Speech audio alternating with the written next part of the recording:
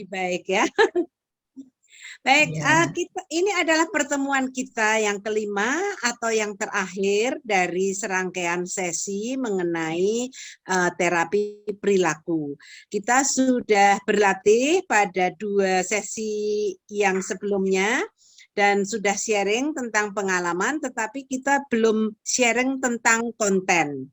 Jadi saya akan minta masing-masing kelompok untuk menceritakan kontennya. Misalnya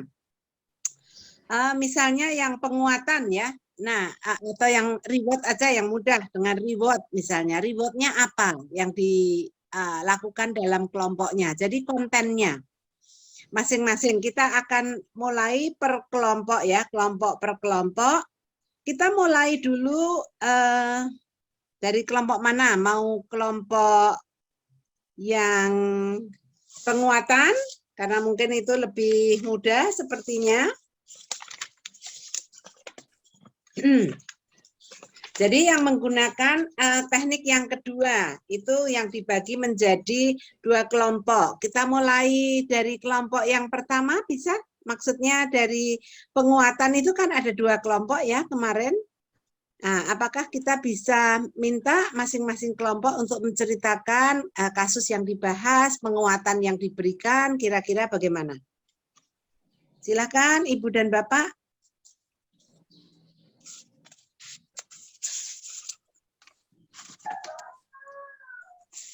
Yang kelompok 2 itu yang ada Bu Leoni, ada Bu Rencan, ada Bu Mei ya. Ya betul Bu. Ya. Tapi ini jubirnya belum datang Bu, belum hadir ini Ibu Mei. Jubirnya itu konselornya soalnya Bu. Baik, barang ya oke. Mungkin konselingnya bisa cerita atau mau ke kelompok 2 yang satunya lagi dulu. Pagi Bu Liana. Selamat pagi Bapak. Minggu lalu saya tidak ikut hadir karena sakit, sehingga saya tidak begitu hafal betul siapa yang mengganti. Seingat saya memang ketika Ibu digantikan Pak Toto, kami di kelompok penguatan. Ya. Oh, itu sudah berubah Bapak? Oh, sudah berubah ya Bu? Sudah berubah ya. Kemarin diulang lagi. Oh, baik. Saya mengikuti yang terbaru saja kalau begitu Bu. Ya, baik. Baik. Terima kasih Bu Liana. Sama-sama. Sudah sembuh sekarang Pak? Tinggal gatal-gatal tenggorokan nih Bu, sama suaranya sudah mulai parau. Oh, oke. Mudah-mudahan segera sembuh seperti semula ya Pak. Baik, makasih. Saya sambil nyetir Bu, mohon maaf tidak buka kamera. Ya, tidak apa-apa Bapak. Ya. Baik, makasih Bu Liana. Sama-sama. Jadi kelompok kedua, kelompok 2 yang penguatan, yang kelompok satunya lagi. Silahkan.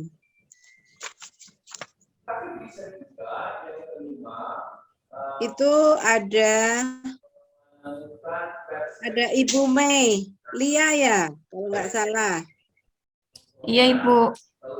Gimana Ibu? Apakah kelompoknya sudah siap mau sharing tentang kontennya yang terjadi dalam kelompoknya? Sudah kumpul semua belum? Ibu cerita aja. Sebetulnya nggak harus nunggu konselor ya, karena karena observer atau pengamat juga bisa melihat apa yang terjadi dalam proses konseling kemarin. Ya, kayaknya dari observer lebih bisa menangkap banyak Bu. Kayaknya silakan Pak Ju atau Bu Oloria. Atau satu lagi Ibu siapa ya kemarin itu ya, selain saya dengan Ibu Ana itu?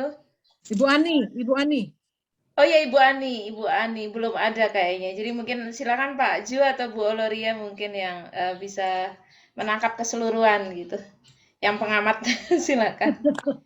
Ya, sebenarnya kami melakukan kemarin itu dengan model penguatan, tetapi kami bersyukur karena konselor kami begitu welcome, mengerti, memahami cara menyambut konseling dengan begitu baik, sekalipun ada kemarin dalam perasaan karena kami tahu untuk praktek, jadi seakan-akan apa kemarin itu ya Bu ya, ada kekurangannya, konselinya langsung memberikan semua keluhannya kemarin apa ya, konseli Ibu Ana kemarin suka menunda.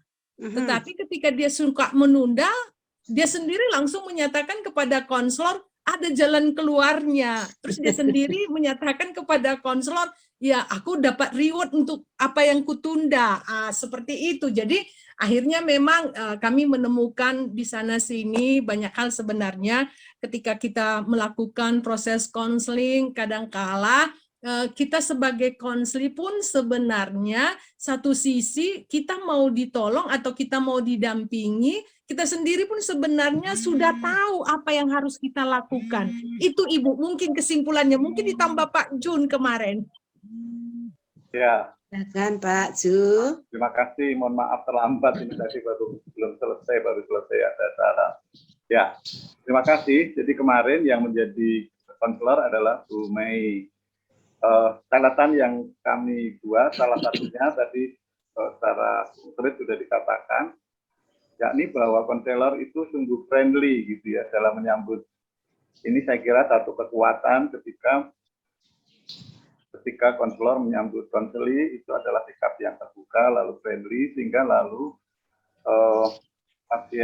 konseli merasa nyaman, gitu kan, merasa nyaman. Hanya lalu memang juga dilihat kemarin ya karena waktu barangkali ya kurang digali atau istilahnya sehingga lalu proses itu cepat gitu kan, pada bagian-bagian tertentu sebenarnya masih perlu dieksplor lagi gitu kalau melihat pengamatan saya sehingga ya lalu cepat berakhir gitu kan, padahal dalam proses konseling yang sesungguhnya barangkali eksplorasi dari persoalan yang dihadapi oleh klien itu barangkali menjadi satu hal yang penting sehingga persoalan-persoalan yang barangkali menjadi problem tersembunyi itu lalu bisa terungkap pula gitu kan.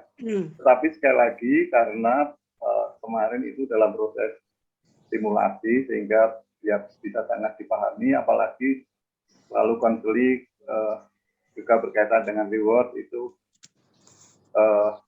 sudah tahu juga gitu kan.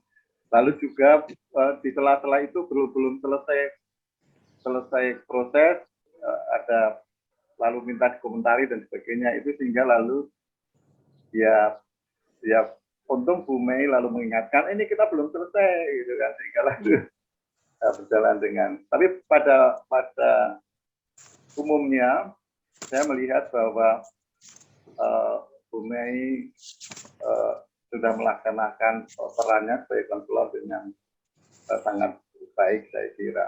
Terlepas sekali lagi soal waktu dan sebagainya. Iya. Terima kasih. Baik, terima kasih untuk kelompok ini. Reward-nya apa bentuknya? Barangkali bisa dijelaskan reward-nya, bentuknya apa? Jadi memang itu kemarin yang kami banyak tanya ke Ibu, kalau Ibu ingat di sesi yang kemarin itu ya Bu ya, Jawab ya, tentang pembelian reward memang. Jadi akhirnya terakhir dapat masukan dari Ibu bahwa reward itu memang harus signifikan supaya dia lebih menjadi motivasi internal yang mendorong konseli untuk mau menyelesaikan targetnya begitu ya Bu ya. Nah kemarin itu memang kalau ketika simulasi itu ketika menentukan reward, memang saya sempat tanya ke Bu Ana, Bu Ana suka makanan apa? Lalu Bu Ana bilang suka coklat katanya. Jadi ya mungkin karena proses simulasi juga gitu ya Bu ya, entah banyak guyonnya juga.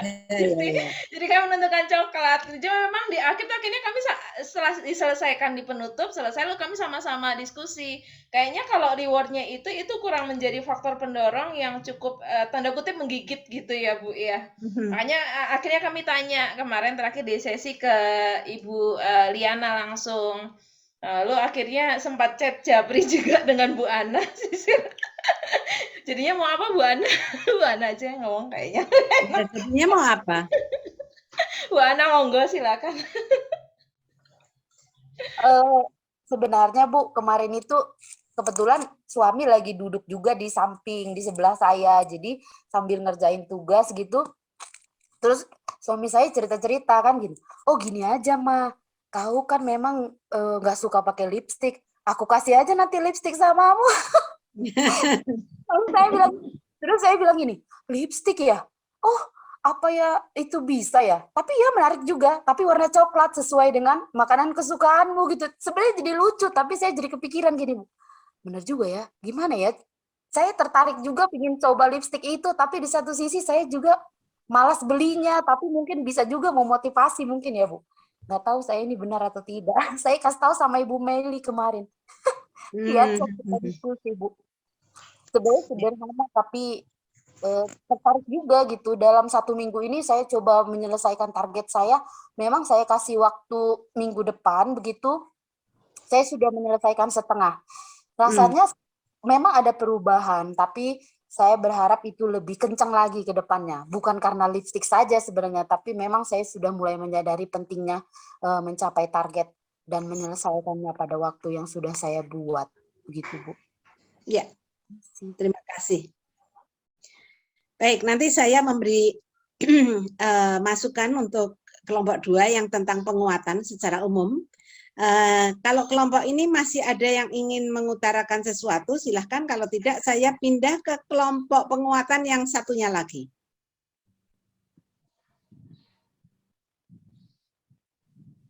Tidak ada? Baik, kita dengarkan kelompok penguatan yang satunya lagi. Silahkan.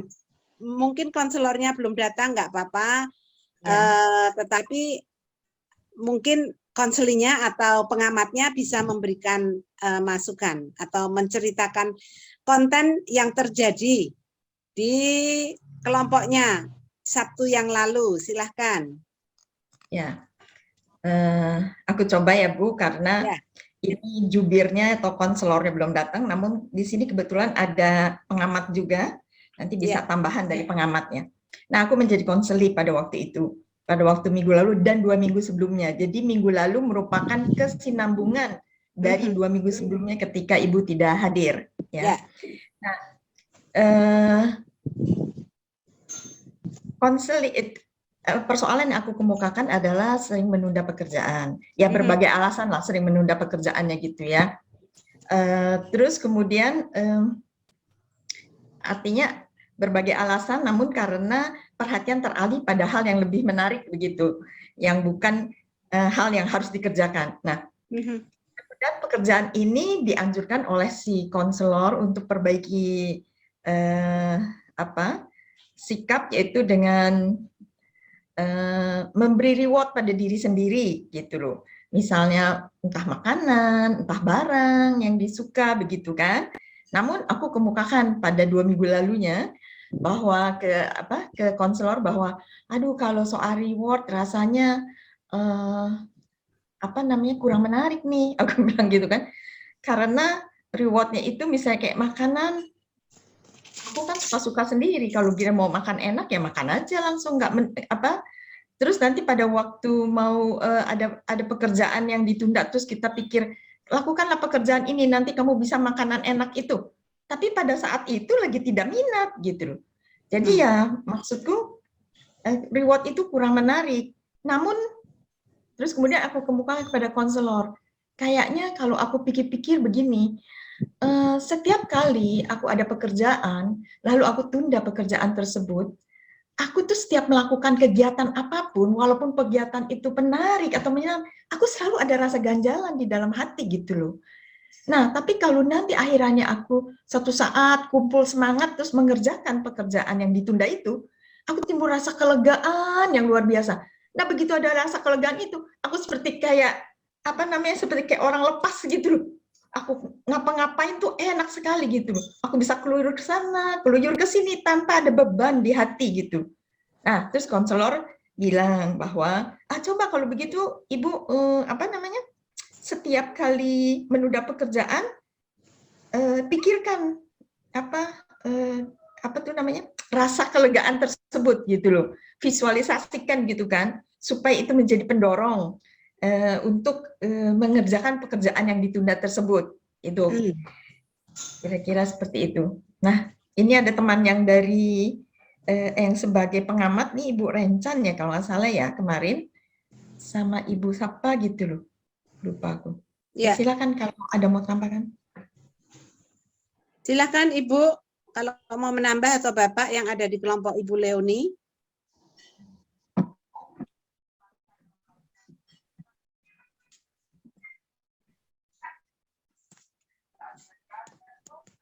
Ada?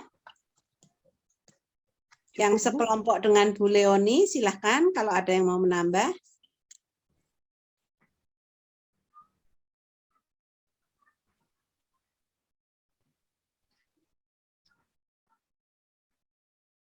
Tidak? Siapa yang di sekelompok dengan Bu Leoni, Bu? Aduh, kemarin siapa ya? Saya juga lupa. Ibu Rencan deh kalau nggak salah ya. Terus Ibu Mai tulisannya Mai. Terus Ibu ada satu lagi Ibu. Ibu Arlin, Ibu Leoni. Ya? Ibu Arlin. Ya, Ibu Arlin. Tapi Ibu Rencan dan Ibu Arlin kalau nggak salah bergabungnya minggu lalu. 2 minggu lalu justru tidak bergabung. Gitu. Jadi Ibu Rencan barangkali ada yang mau ditambahkan atau dikoreksi gitu. Ibu Arlin di sini. Sebentar, aku nggak lihat. Tidak?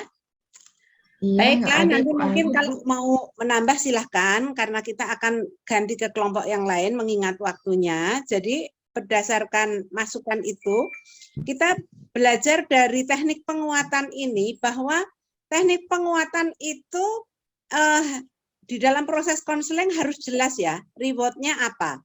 Dan reward kan tidak selalu bentuknya ekstrinsik. Tadi Bu Leoni menjelaskan reward-nya kalau kelegaan itu adalah motivasinya intrinsik.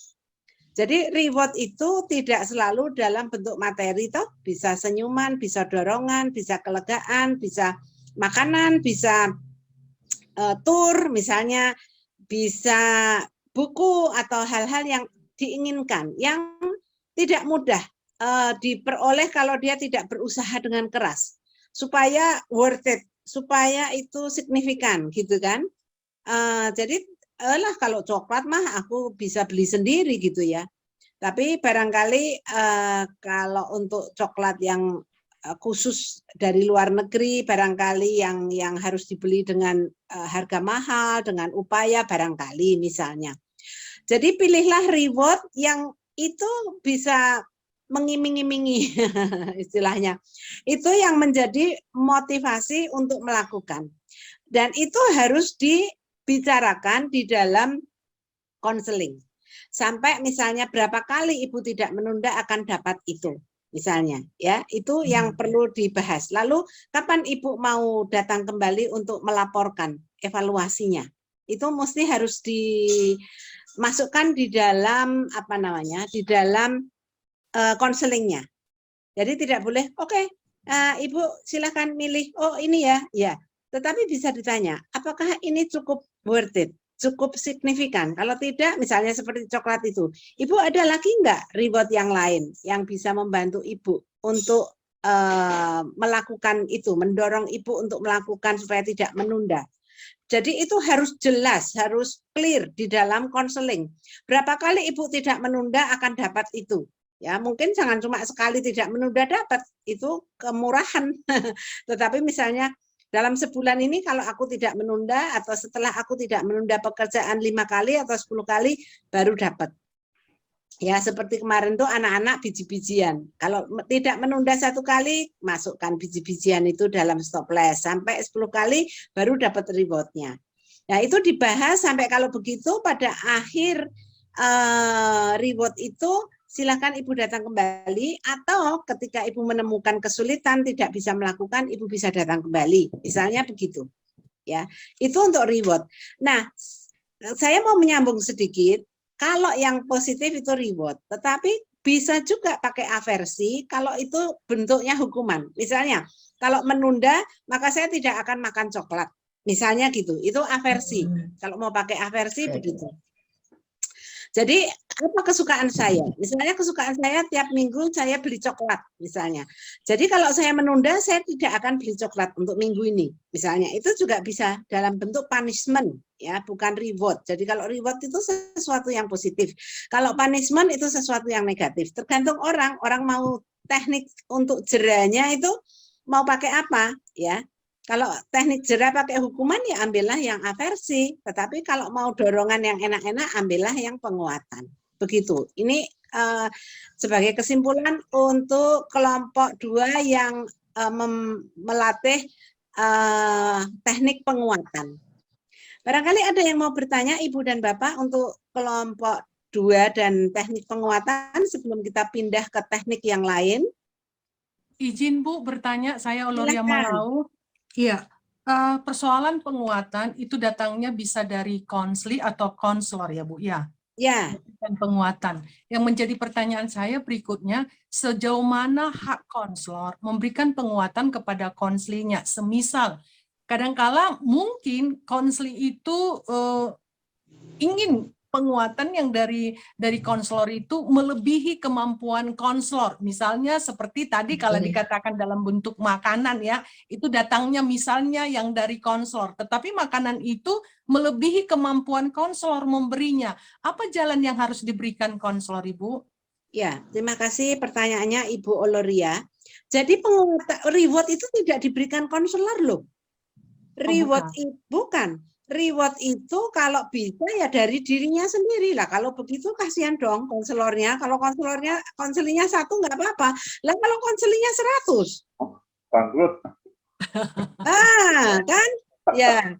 Jadi artinya reward itu dipilih sendiri, dipilih berdua. Artinya kan konsultasi ya, beberapa reward dan tidak cuma 1 reward. Oh kalau gitu coklat aja enggak? Selain coklat apa yang menurut Ibu paling bermakna dalam hidup ini, yang Ibu inginkan lebih dari segalanya misalnya, lah dieksplor, rewardnya itu dieksplor sampai menemukan yang signifikan yang dia mampu untuk membeli atau memberikan kepada dirinya sendiri. Jadi bukan konselor, kasihan konselornya nanti. Tidak ada yang mau pakai teknik penguatan kalau begitu ya. Iya Bu. Ya, tapi terima kasih pertanyaannya ini Ibu Oloria karena mungkin ada konselor-konselor yang merasa bersalah kalau tidak memberikan reward kan kadang-kadang. Ya, konselor itu kan hatinya sangat lembut, baik hati. Kalau ada konseli yang datang dengan permasalahan misalnya tidak kesulitan keuangan kan mau kasih ya, tapi kan konselor sendiri belum tentu punya banyak uang. Ya kan? Jadi ya tidak harus, jangan merasa bersalah juga karena Ibu bisa cari narasumber atau sumber-sumber lain yang bisa membantu. Jadi kalau kita nggak bisa membantu beasiswa misalnya, kita bisa carikan sumber-sumber beasiswa, misalnya seperti itu, dan itu sudah membantu. Jadi tidak selalu harus datang dari kantong konselor sendiri. Kalau begitu tidak ada yang mau jadi konselor dong, ya kan? Iya Bu. Iya. Makasih Bu. Iya, terima kasih Bu Oloria. Silakan kalau ada yang masih mau bertanya di teknik yang kedua.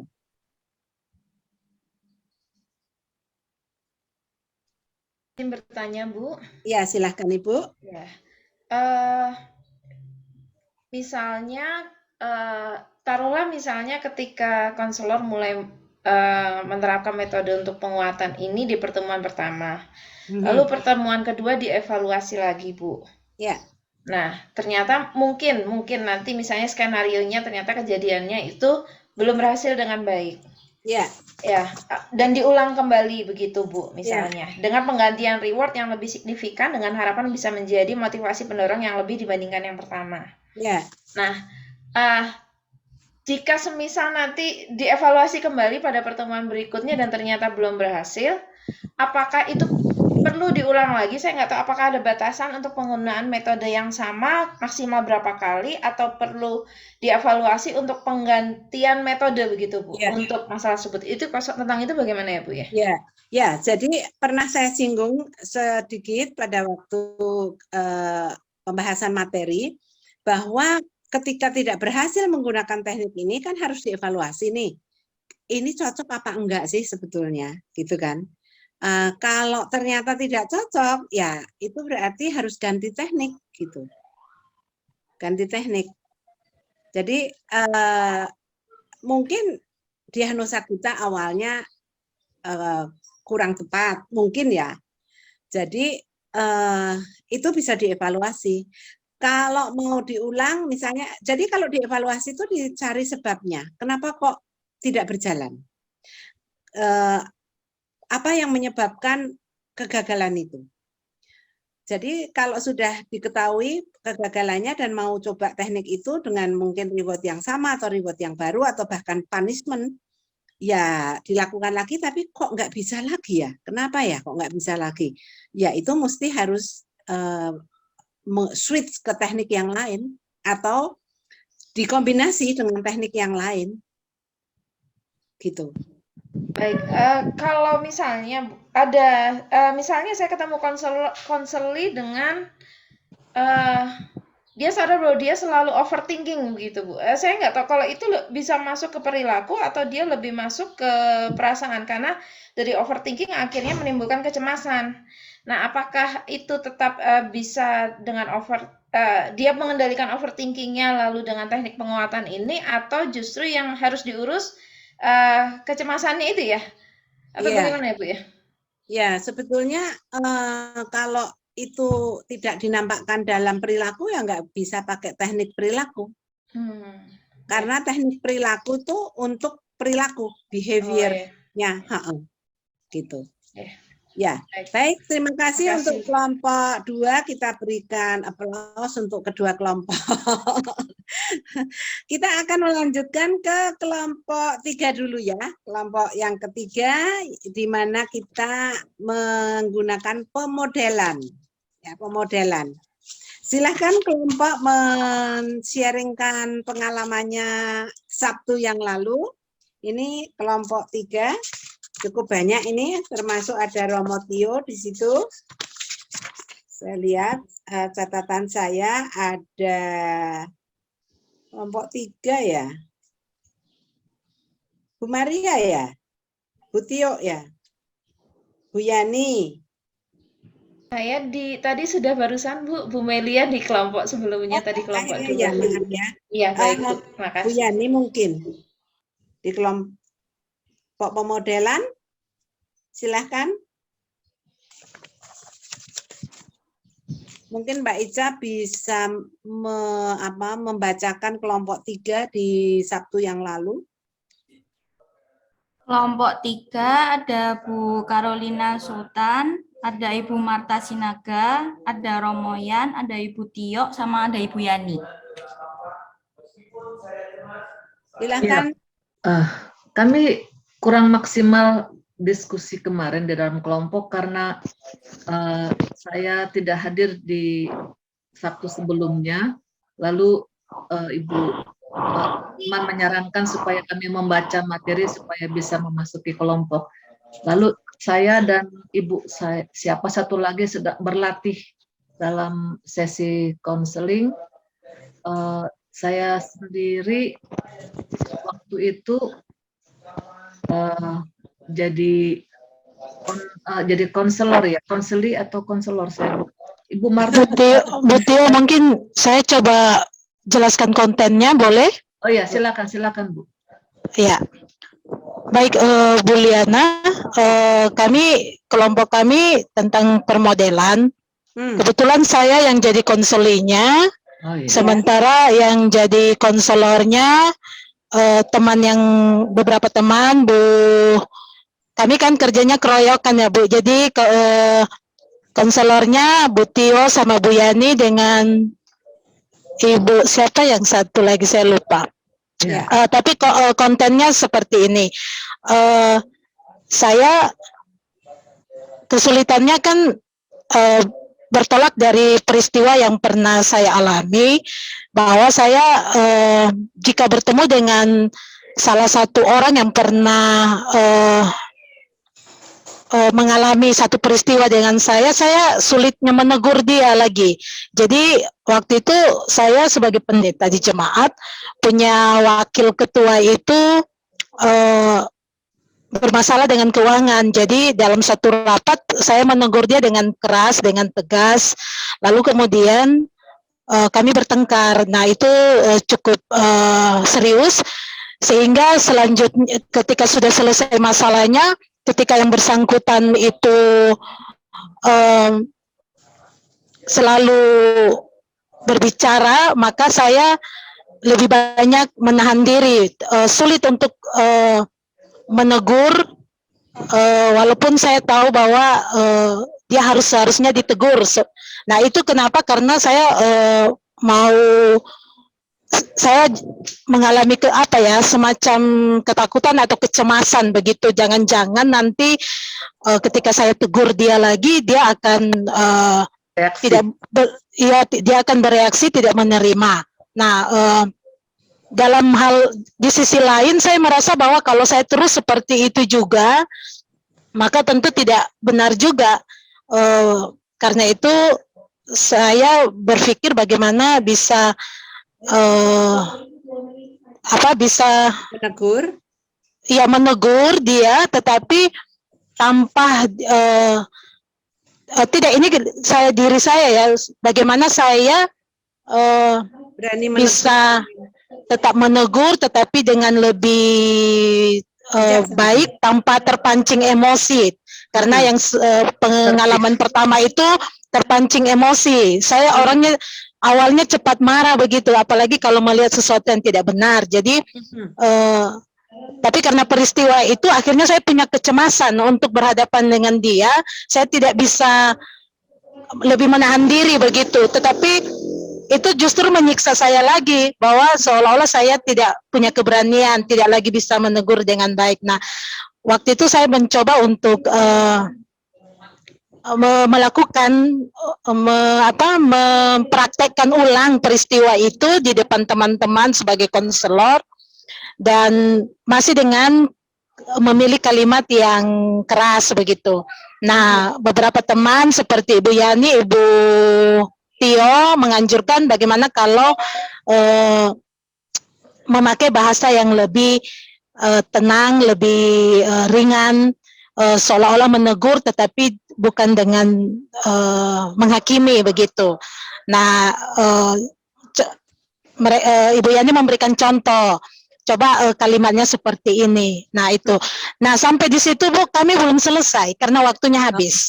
Jadi jadi pertanyaan kami, apakah model dialog yang dirubah dari dialog yang tadi keras, tegas, menghakimi, bisa saya belajar untuk lebih menggunakan kalimat yang lebih positif. Nah, kami baru sampai di situ, Bu. Terima kasih. Terima kasih. Mungkin itu Ibu Tio, kalau ada yang kurang bisa ditambahkan. Ya. Sudah cukup. Sudah cukup? Sudah Tidak cukup. ada yang menambahkan dari kelompok ini? Jadi belum memainkan peran ya? Ya, silakan. Tadi siapa yang mau bicara? Bapak? Romo ya? Romo mau menambah, Romo? Saya baru kemarin kan saya terlambat masuk, terlambat bergabung. Ya. Sehingga persis masalahnya apa itu kan saya belum tahu, bagaimana peran konselor, konseli seperti itu. Saya belum ikuti, tetapi sekarang bagi saya jelas apa masalah apa yang dibicarakan, lalu macam itu, sehingga saya sebenarnya saya bisa berikan masukan juga sebagai anggota kelompok, tapi waktu itu saya tidak berikan komentar karena memang saya terlambat bergabung. Ya, sehingga kalau toh misalnya seperti itu, misalnya kalau waktu itu saya bergabung, saya ikut, saya bisa beri komentar bahwa kalau sebagai konselor ini kan Ibu Pendeta. Nah, konselor ini kan Ibu Pendeta, jadi bagaimanapun memang kalau kita mau pendekatannya model, berarti Ibu Pendeta ini kan apapun juga tugasnya, profesinya, ini kan tidak bisa dilepaskan, sehingga dia juga mestinya menjadi model menjadi model bagi anggota jemaatnya. Sehingga menjadi model itu bisa mungkin tadinya marah-marah, tetapi kemudian itu bisa lewat dengan bahasa mungkin yang seperti itu, ucapan yang permisif, tapi juga dengan pendekatan yang baik kepada Bapak itu untuk coba lebih merangkul. Daripada membuat konfrontasi, lebih baik merangkul. Lalu ini mau sebenarnya dengan kata, dengan pendekatan itu sebenarnya juga mau memberikan model sebagai dari sisi kependetaan. Itu sebenarnya yang saya mau katakan. Ya, terima kasih Romo. Jadi maaf, harus dibedakan antara menjadi teladan, ya, menjadi teladan atau model dengan teknik pemodelan. Kalau teknik pemodelan yang dimaksudkan di dalam teknik terapi ini adalah di dalam konseling itu, konseli dan konselor itu memainkan role play, ya, memainkan role play sehingga konseli bisa tahu bagaimana seharusnya bertindak, gitu. Itu yang mesti harus dipahami. Seperti dalam materi yang saya bagikan pada sesi kedua, itu kan seorang pemuda yang tidak bisa mengutarakan kecemasannya, tidak bisa mengutarakan keinginannya untuk mengajak berkencan. Nah, lalu konselor dan konseli mencoba untuk membahas itu, ya. Lalu oke lah, ayo kita melakukan itu. Nah, sekarang saya jadi gadisnya, nah, coba kamu ajak. Nah, seperti itu loh di teknik pemodelan itu, ya. Jadi dengan pemodelan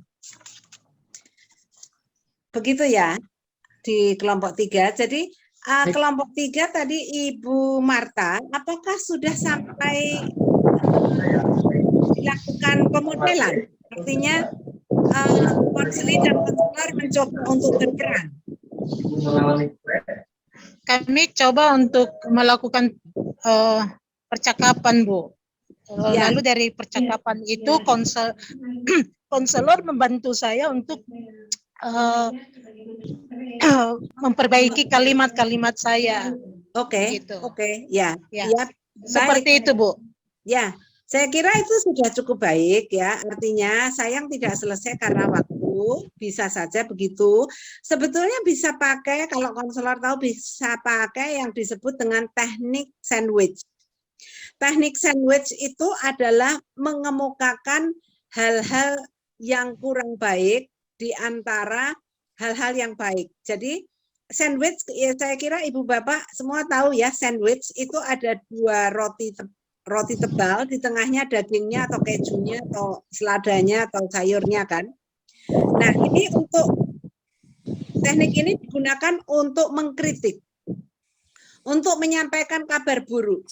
Jadi kalau mau menyampaikan kritikan atau kabar buruk itu jangan to the point, apalagi di hadapan orang, tapi banyak. Tapi coba dikasih rotinya dulu, dikasih bahwa dia sudah bekerja dengan baik, lalu apa yang mau kita katakan itu disisipkan di tengahnya itu, lalu ditutup dengan hal baik lagi. Itu teknik sandwich. Ya, Ibu dan Bapak bisa ngecek teknik sandwich di Google bisa.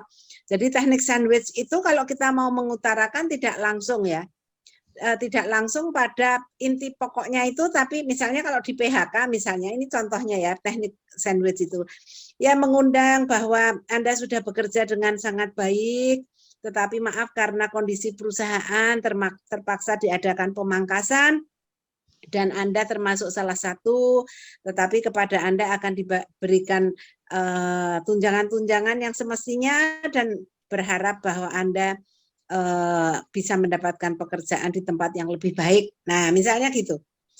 Jadi Ibu Bapak bisa melihat ya, bahwa apa yang dikemukakan dengan pemecatan itu didahului dan diakhiri dengan sesuatu yang lebih baik. Iya. Itu tujuannya untuk melembutkan ya, daripada oh maaf Anda dipecat karena perusahaan tidak dapat lagi mengcover seluruh biaya karena ini itu kan bisa syok ya. Iya, betul, Bu. Ya, itu salah satu teknik saja. Kalau Ibu dan Bapak mau pakai itu. Jadi Baik. kalau mau menegur, Ibu silahkan cari kebaikannya dulu. Lalu, tapi sayang kamu melakukan ini itu seharusnya tidak dan berharap next time kamu lebih bisa baik. Misalnya kayak gitu loh. Ya. Oke. Baik. Itu Makasih, yang teknik ketiga ya. Masih ada yang mau sharing, komentar, bertanya tentang teknik yang ketiga? Izin Bu, Oloria Malau. Ya, silakan Ibu.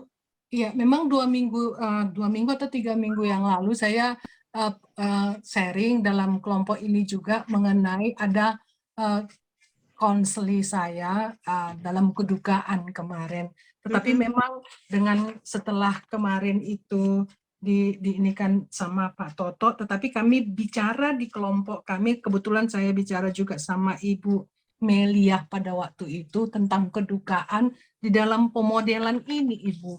Tetapi di dalam pemodelan ini kemarin kan salah satu saran dalam pembicaraan kami dengan teman di kelompok, coba Ibu ini kan duka sampai dia nggak bisa bicara sekarang, Ibu.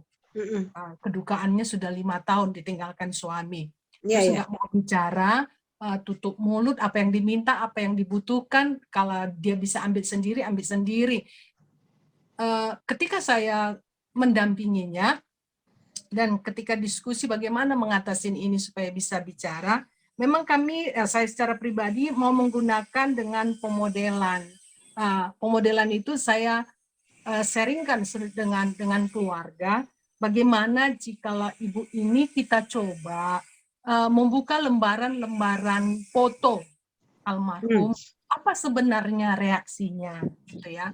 Dan memang setelah saya sharingkan sama keluarga, terus memang keluarga menyatakan janganlah nanti mama itu makin sedih, katanya gitu. Terus yang kedua, ketika saya juga mencoba menyatakan, saya bermain, mungkin saya juga searching di YouTube tentang bagaimana reaksi orang yang diam ketika kita mengadakan pendampingan.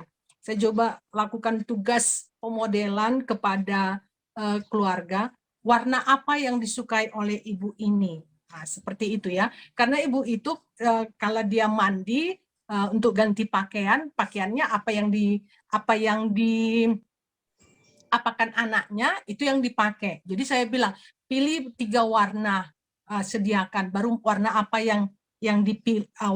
yang dipilih, mungkin itu lebih dominan kita mengungkapkan apa sebenarnya yang dirasakan. Nah, baik untuk sisir, untuk pakaian. Jadi saya bilang seperti ini. Setelah saya tanya, nah, ibu itu pilih warna biru, ibu itu pilih warna hitam, gitu ya. Jadi memang ketika saya datang mengungkapkan pemodelan dari segi warna biru mungkin warna yang memang disukai oleh ibu itu selalu dipilih. Dan akhirnya dia sangat senang.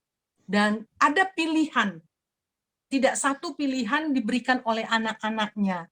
Jadi ketika berdoa, saya menyatakan kepada ibu, kita bersyukur kita dikasih rasa sukacita di dalam Tuhan, karena kita menyenangi satu kecerahan. Jadi akhirnya pemodelan itulah yang saya gunakan.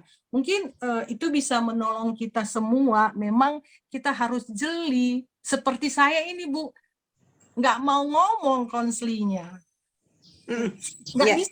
Nggak bisa diajak bicara. Hanya akhirnya di dalam pemodelan yang Ibu sarankan, itulah yang saya terapkan, dan saya mencoba lewat pemodelan apa yang sebenarnya dia minati, bagaimana perubahan sikapnya, dan bagaimana dia bisa merespon kehadiran saya. Itu menjadi satu hal yang memang syukur saya mempelajari pemodelan. Makasih, Bu. Terima kasih, Ibu. Memang kalau kasus Ibu itu kan konselinya mungkin terblokir ya. Jadi dia tidak bisa menyatakan perasaannya. Iya. Itu kehilangan yang amat sangat, kekecewaan yang amat sangat, kesedihan yang amat sangat. Memang untuk yang macam begini mesti perlu kesabaran dan dicari teknik-teknik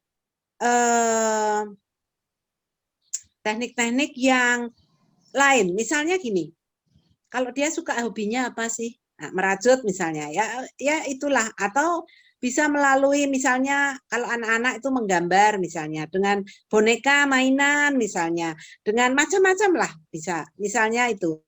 Atau mungkin kita hanya menyanyi ketika kalau dia senang menyanyi, kita datang menyanyi, tapi yang penting adalah kita mendampingi dia, bahwa ada temannya. Ya, nanti lama-lama itu akan cair juga. Karena saya punya konseli yang seperti itu 2 tahun loh. 2 tahun itu baru dia mau terbuka dan seterusnya. Kalau datang hanya lihat-lihatan dan diam-diaman saja, saya juga mendoakan saja, ya toh, sesinya karena dia diutus lembaga, jadi mau tidak mau dia harus ketemu saya. Tetapi sesudah 2 tahun itu lancar dan ya puji Tuhan saya berpikir bahwa dia bisa mengatasi persoalannya, ya itu. Jadi Ibu kita harus panjang akal untuk mencari segala sesuatu cara yang baik untuk dapat menolong. Ya, begitu untuk kelompok 2. Ya, Romo ingin bicara, Romo. Saya begini, jadi kasus yang saya hadapi itu, jadi suami itu keluar dari rumah 6 tahun karena dia mencurigai istrinya selingkuh. Kemudian ibu itu istrinya melapor ke saya, konseling sudah beberapa kali, dan dia berusaha supaya mau bersatu kembali, supaya suami kembali. Dan saya halo? Ya. Dengarkan masalah semua dan pada akhirnya saya meminta supaya Ibu pikirkan, refleksikan dalam arti bagaimana Ibu bisa mengampuni kepada suami seperti itu. Lalu pada akhirnya sesudah 2 minggu Ibu itu mengampuni kepada suaminya semua itu. Lalu ya saya panggil suaminya dan saya tunjukkan SMS-nya bahwa Ibu sudah mengampuni dan apa semua. Lalu Bapak ini sebagai suami sudah terlantarkan 6 tahun istri, keluarga. Bapak sudah tidak bertanggung jawab urus anak, didik anak, apa semua. Lalu ya mau apa dengan Bapak ini, mau apa dengan keluarga ini, padahal kalian sudah menikah. Jadi Ibu sudah mengampuni semua kepada Bapak. Lalu sekarang Bapak pikir 1 bulan lagi supaya nanti saya tunggu jawabannya dari Bapak. Seperti itu. Ya Romo, mungkin tidak cukup kalau hanya teknik terapi untuk kasus yang Romo ini. Mungkin dengan teknik yang lain Romo. Karena kecurigaan itu kan perlu digali toh, dia mendapati fakta-fakta enggak. Mengapa dia hanya merasa curiga gitu. Jadi boleh dikombinasi dengan teknik yang lain ya Romo. Oh ya. Baik, terima kasih Ibu dan Bapak. Romo, kita akan lanjutkan mengingat waktu ya. Kalau tidak ada pertanyaan atau masukan di kelompok 3, nanti bisa di akhir saya berikan kesempatan terakhir untuk tanya jawab atau sharing lagi. Tapi kita akan menuju, masih ada 2 teknik, kita menuju teknik yang pertama dulu ya. Kelompok yang pertama, silahkan kelompok yang pertama.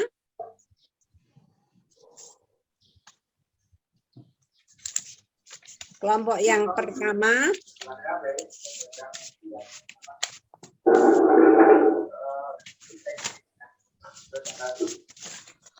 Ada siapa saja Kak Ica? Kelompok yang pertama itu kalau tidak salah kemarin. Kelompok pertama ada Pak Ayu Pamewa. Desensitisasi sistematis dengan mungkin takut pada ketinggian kalau tidak salah kemarin masalahnya. Masalahnya takut naik pesawat, Bu. Ya, bukan. Iya. Ya, silakan dari kelompok bagaimana terjadi prosedurnya, Ibu?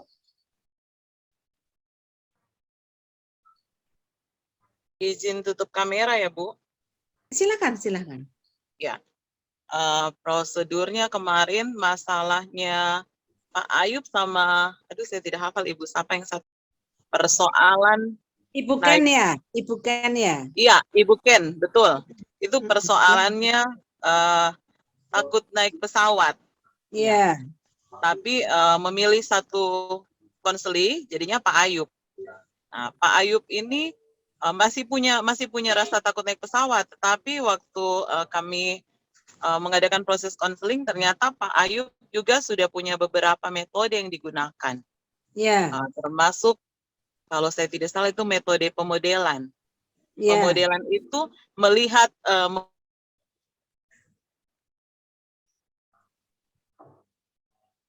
itu metodenya Pak Ayub melihat pramugari saja tidak cemas. Kenapa saya yang cemas? Jadi itu salah satu. Ya. Kemarin juga menggunakan metode relaksasi. Hanya waktu kami mau praktek itu kan situasinya tidak bisa mau naik pesawat. Jadi saya bilang kita membayangkan saja seakan-akan Pak Ayub tutup mata, kemudian Pak Ayub membayangkan tuh sedang ada di pesawat, sudah mau berangkat, ada bunyi pramugari bicara. Itu bagaimana perasaan Pak Ayub gitu. Terus Pak Ayub menyatakan takut, dan kami sempat memeriksa juga dalam percakapan apa yang menyebabkan Pak Ayub menjadi takut, apakah itu sudah terjadi sejak lama. Ternyata sejak pertama naik pesawat. Yang membuat Pak Ayub takut itu ternyata mendengar berita-berita, membaca berita dan mendengar berita tentang pesawat jatuh. Jadi salah satu yang Pak Ayub lakukan juga adalah kalau sudah mau naik pesawat itu tidak lagi mendengar berita. Kemudian yang Pak Ayub lakukan juga karena Pak Ayub tidak bisa tidak naik pesawat, itu jadi kebutuhan yang harus. Jadi itu juga menjadi terapi bagi Pak Ayub. Tidak bisa menolak, tidak bisa lari dari naik pesawat, karena memang untuk berjumpa dengan keluarga, kalau saya tidak salah itu harus naik pesawat. Jadi berulangnya naik pesawat itu. Ya, mau tidak mau harus ya. Teknik-teknik yang itu saja. Terima kasih. Pak Ayub akan menambahkah? Adakah Pak Ayub?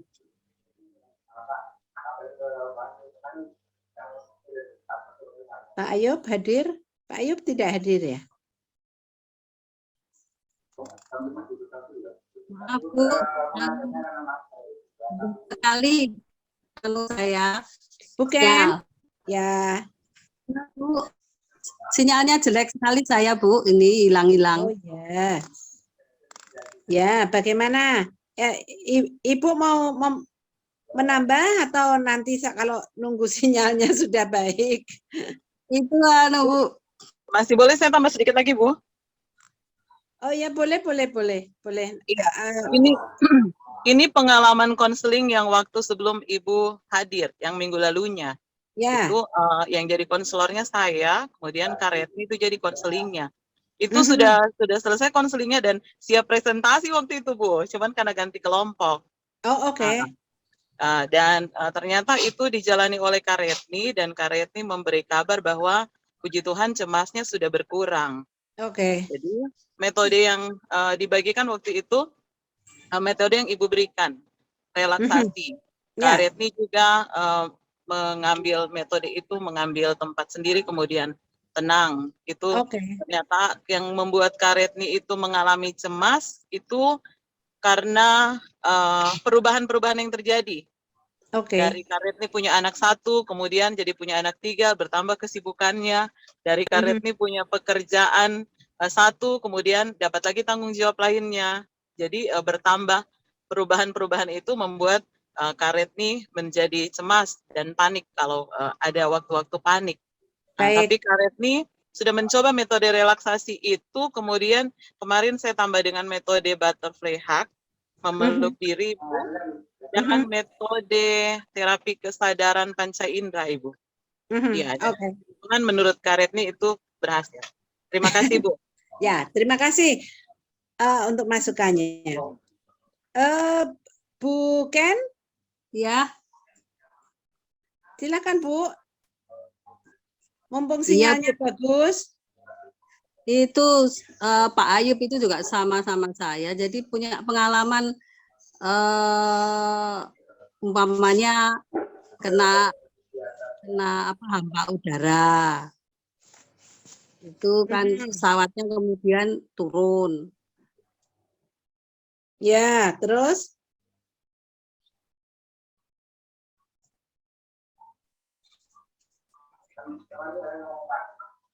Ya Bu, oh ini sinyalnya terganggu ini. Kalau enggak itu loh Bu, pas pesawat kena awan.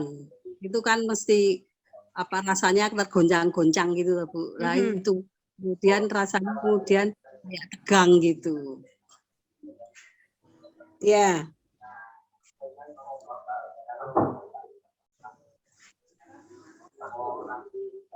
Ibu, silakan. Putus kah? Iya, cemasnya Pak Ayub, saya tambah. Cemasnya Pak Ayub di situ. Seperti yang Ibu Ken bilang tadi. Ya. Waktu pesawatnya goyang, langsung teringat ke ini. Ya, jadi baik. Ya, terima kasih. Bu Ken masih mau melanjutkan? Cukup, Bu. Cukup, oke. Kelompok lain masih akan melanjutkan? Tidak? Cukup, Bu, cukup. Cukup ya. Jadi begini, pada dasarnya fobia itu kan alasannya kecemasan kan. Tadi udah dijelaskan kan, Pak Yop kecemasannya itu ketika, dan bukan juga sama goyang-goyang. Ya kan?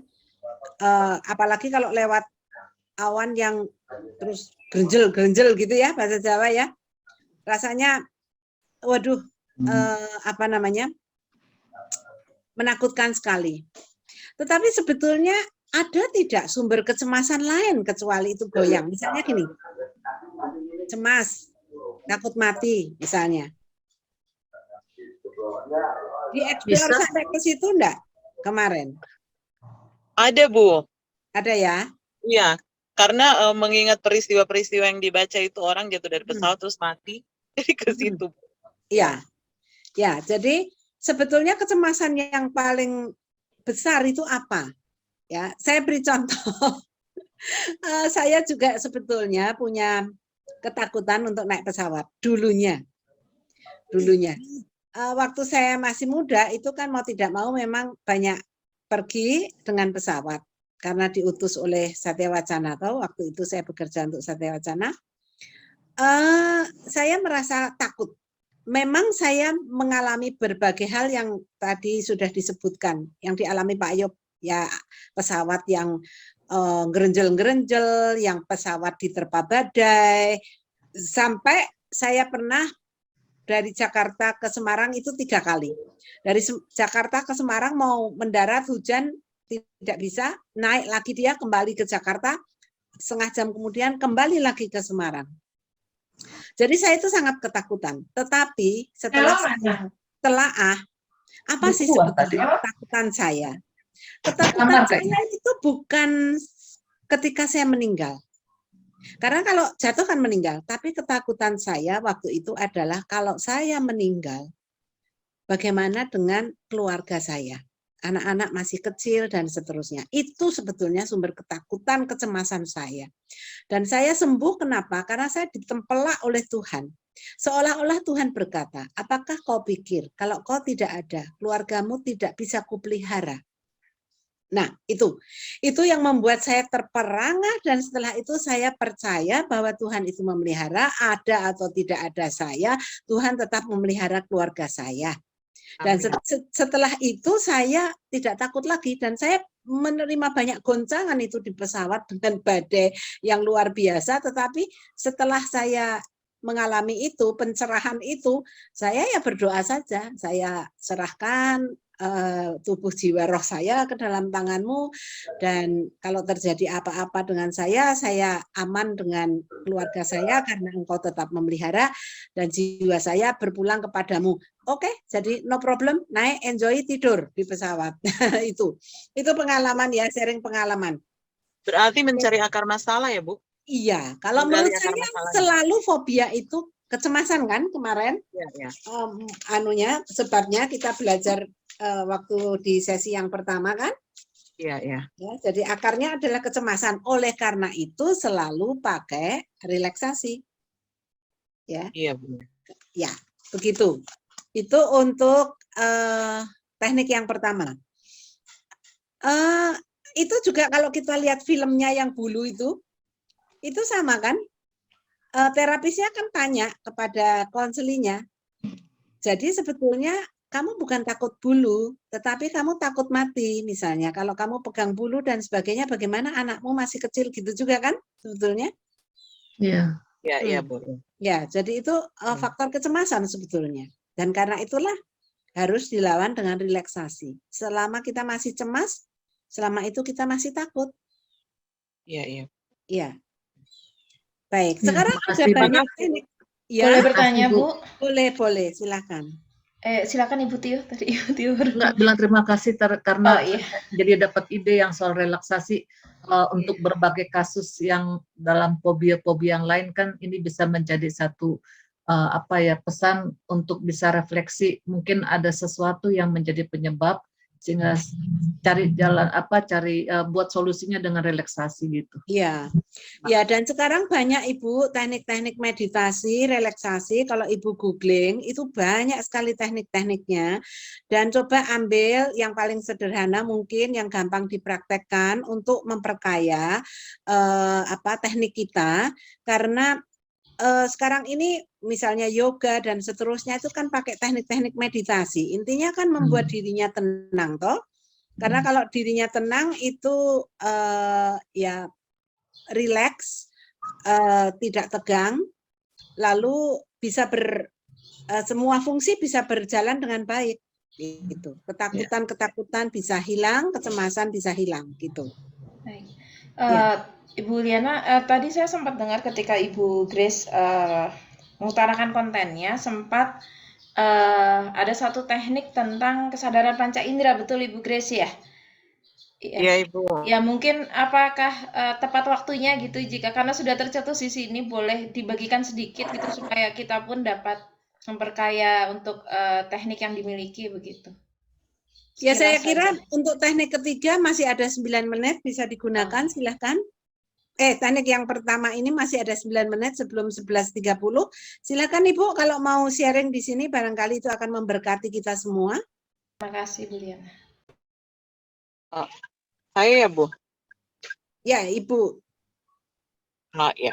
Itu kemarin Ibu metode kesadaran panca indera itu kita mengambil tempat duduk senyaman mungkin. Kemudian bisa dimulai dengan relaksasi juga. Kemudian kalau sudah lebih tenang, kita bisa melihat benda-benda yang ada di sekitar kita menggunakan panca indera mata. Terus sudah itu, kalau sudah melihat misalnya ada bangku, ada meja, ada lemari, bantal, dan lain sebagainya. Kemudian yang kedua, menggunakan panca indera pendengaran. Jadi kita mendengar ada bunyi burung atau ada bunyi air, ya. Pokoknya mendengar bunyi-bunyian. Kemudian panca indera hidung, kita mencium bau yang ada di sekitar kita. Misalnya ada fresh care atau ada bau masakan, gitu. Kemudian menggunakan panca indera mulut, mengecap ada rasa manis, pahit, asam. Kemudian menggunakan panca indera peraba. Jadi kita misalnya memegang celana kita, celana panjang jeans misalnya, kasar gitu, atau memegang bangku gitu. Iya. Jadi untuk metode ini Ibu, untuk kita yang memang panik cemas berlebihan itu bisa punya kotak P3K. Kotak P3K-nya itu benda-benda yang bisa menolong kita, misalnya fresh care, itu kalau kita butuh mencium, atau permen, seperti itu tadi. Ya, mungkin itu saja. Terima kasih. Baik, terima kasih Bu Grace. Ya. Terima kasih Bu Liana. Ya, sama-sama. Cukup jelas ya Ibu Melia? Iya Bu, terima kasih. Terima kasih Ibu Grace. Ibu saya boleh bertanya Ibu? Ya, sama boleh. Ibu Liana? Ya, silakan. tadi kan Ibu bilang ada akar masalahnya toh, misalnya tadi rasa takut mati. Apakah perasaan itu menjadi salah satu bagian yang timbul karena inner child ya, luka-luka masa lalu yang belum pulih atau mental block? Oh, bisa aja, sangat bisa. Ya, karena kebanyakan itu dari pengalaman masa lalu memang. Ya. Ya. Baik, terima kasih, Bu. Terima kasih. Jadi kalau Ibu dan Bapak tertarik, bisa juga lebih lanjut tentang teknik kesadaran panca indera, itu kan intinya adalah awareness, menyadari, awareness. Bisa dibaca Anthony de Mello, itu awareness, bukunya cukup bagus. Atau kalau Ibu dan Bapak membaca sadhana, apalagi kalau mau menerapkan sadhana dari Anthony de Mello, itu 40 cara juga, ada 40, kalau tidak salah 40 cara. Itu cukup baik, bisa dipakai itu teknik-tekniknya itu untuk ya kadang kita bisa modifikasi sendiri, tapi yang jelas itu memperkaya teknik yang kita gunakan. Begitu. Ya. Baik, begitu Ibu dan Bapak. Romo masih ada untuk kelompok 1? Bukan, bagaimana Bukan? Pak Ayub, apa bisa tertolong dalam kesempatan ini? Ibu Ken mungkin sinyalnya terputus ya. Apa jadi ke Bali? Naik pesawat? Tinggal praktek besok ya. Bisa tambah satu lagi, Bu? Boleh, boleh, masih ada 5 menit untuk kelompok ini. Iya, kemarin saya ada pelajari satu metode, Ibu. Itu namanya metode, mungkin Ibu bilang tadi, Sedona. Jadi itu metode berbicara dengan diri sendiri. Saya coba praktek itu juga untuk memutuskan perasaan-perasaan, untuk belajar menyalurkan emosi-emosi, dan puji Tuhan sangat menolong. Yeah. Jadi kalau mungkin ini berbicara kecemasan juga, Ibu. Karena misalnya ada kita bertemu dengan satu hal yang menggali perasaan emosi kita, kemudian biasanya kalau kita punya teman cerita aman. Tapi kalau saat itu tidak punya teman cerita, itu biasanya terpendam. Nah, metode Sedona ini kemarin saya pelajari, ternyata bisa bantu saat kita tidak punya teman bercerita. Iya. Ya, itu kayak self-talk ya, self-talk ya. Iya, berbicara dengan diri sendiri, Bu. Ya. Self-talk, tetapi juga kalau mau digali dari sadhana itu ada juga di situ tekniknya. Ya, sebetulnya kursi kosong juga toh, sebetulnya bisa kan kursi kosong. Oke. Ya, baik Ya. Ibu. Terima kasih ya. Baik, masih ada untuk kelompok 1 masukannya, pertanyaannya? Nah, kalau tidak ada, kita masuk ke kelompok yang terakhir, kelompok asertif. Silakan, monggo.